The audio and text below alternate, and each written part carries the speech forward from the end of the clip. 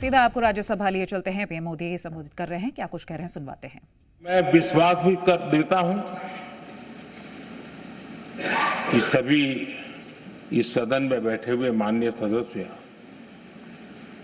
ये उच्च सदन की गरिमा को संभालते हुए आपकी गरिमा की भी सदा सर्वदा चिंता करेंगे, मर्यादा रखेंगे, ये मैं आपको विश्वास दिलाता हूं।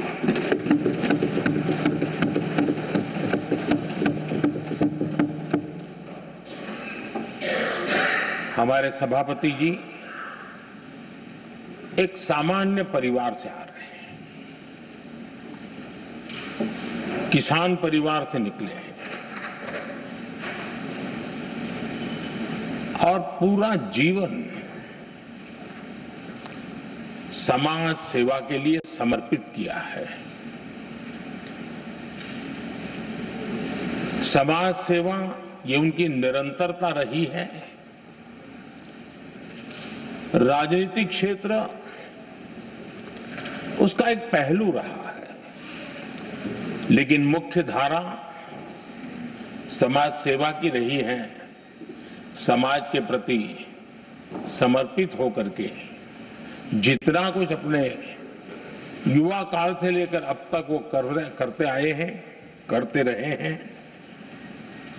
वो हम सभी समाज सेवा के प्रति रुचि रखने वाले लोगों के लिए एक प्रेरणा है, एक मार्गदर्शन है।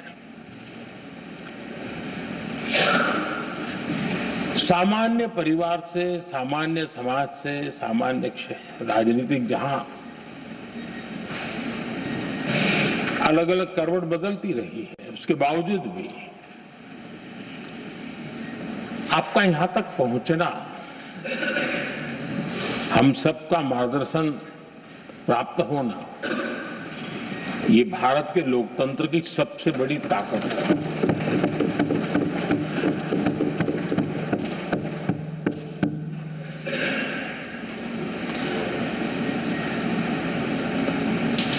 ये मेरा सद्भाग्य रहा है कि मैं आपको लंबे अरसे से परिचित रहा हूं। सार्वजनिक जीवन में साथ साथ काम करने का अवसर भी मिला है। लेकिन प्रधानमंत्री के रूप में जब मुझे यहां दायित्व मिला और जब मैंने आपको अलग अलग जिम्मेवारियां में काम करते देखा, तो मेरे मन पर अतिशय सकारात्मक भाव जगना बहुत स्वाभाविक था। क्वायर बोर्ड के चेयरमैन के रूप में हिस्टोरिकली हाईएस्ट प्रॉफिट वाली इंस्टीट्यूशन में कन्वर्ट करना, यानी आपका किसी संस्था के प्रति समर्पण हो तो कितना विकास किया जा सकता है और कैसे दुनिया में उसकी एक पहचान बनाई जा सकती है, वो आपने करके दिखाया। आपको भारत के कई क्षेत्रों बहुत कम लोगों को ऐसा अवसर मिलता है। आप झारखंड में, महाराष्ट्र में, तेलंगाना में, पुडुचेरी में राज्यपाल, लेफ्टिनेंट गवर्नर अलग अलग दायित्व संभालते रहे और मैं देखता था कि झारखंड में तो आदिजाति समाज के बीच जिस प्रकार से आपने अपना नाता बना दिया था, जिस प्रकार से आप छोटे छोटे गांव तक दौरा करते थे, वहां के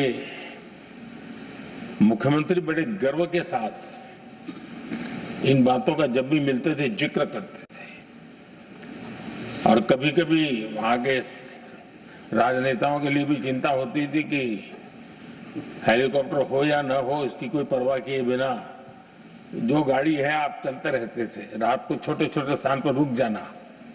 ये जो आपने एक अपना सेवा भाव था, उसको राज्यपाल के पद पर रहते हुए भी जिस प्रकार से आपने उसको एक नई ऊंचाई दी, इससे हम भली भांति परिचित हैं। मैंने आपको एक कार्यकर्ता के रूप में देखा है, एक सहयोगी के रूप में हम साथ काम किए हैं, सांसद के रूप में देखा है, अलग अलग पदों पर देखते हुए आज यहां पर पहुंचे। लेकिन मैंने एक बात महसूस की है कि आमतौर पर सार्वजनिक जीवन में पद पर पहुंचने के बाद कभी लोग पद का भार अनुभव करते हैं और कभी कभी प्रोटोकॉल में दब जाते हैं। लेकिन मैंने देखा है कि आपको और प्रोटोकॉल का कोई नाता ही नहीं रहा है। आप प्रोटोकॉल के परे रहे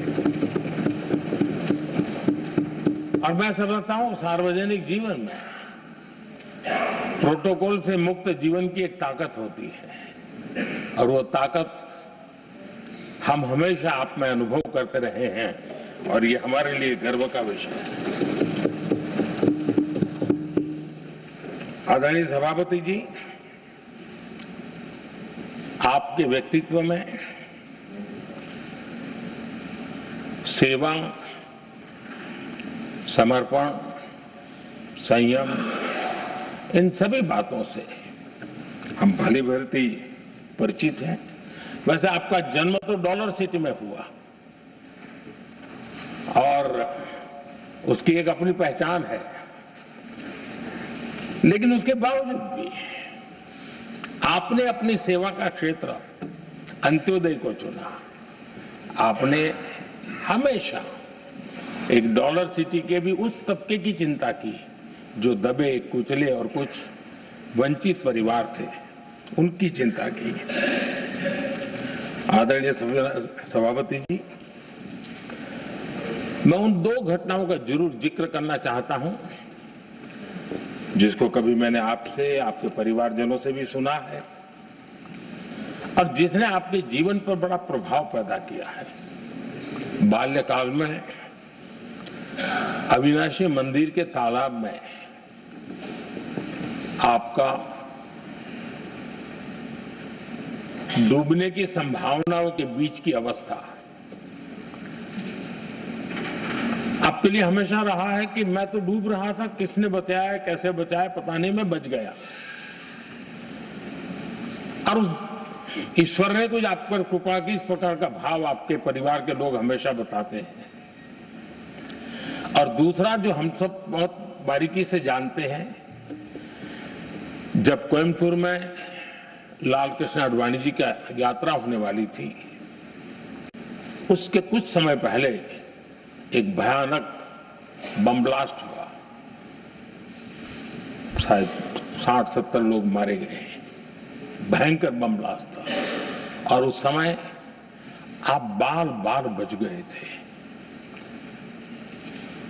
इन दोनों में जब आप ईश्वरीय शक्ति का संकेत देखते हुए अपने आप को समाज के प्रति अधिक समर्पित भाव से काम करने की जो आपने वजह के रूप में उसको कन्वर्ट किया, ये अपने आप में एक सकारात्मक सोच से बना हुआ जीवन का प्रतिबिंब है।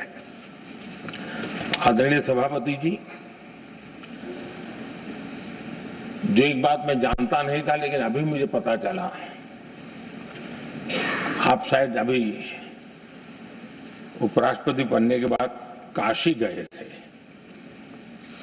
और आपका काशी का दौरा था, तो एक सांसद के नाते स्वाभाविक रूप से मेरा मन वहां सब कुछ ठीक ठाक हो ही रहता है।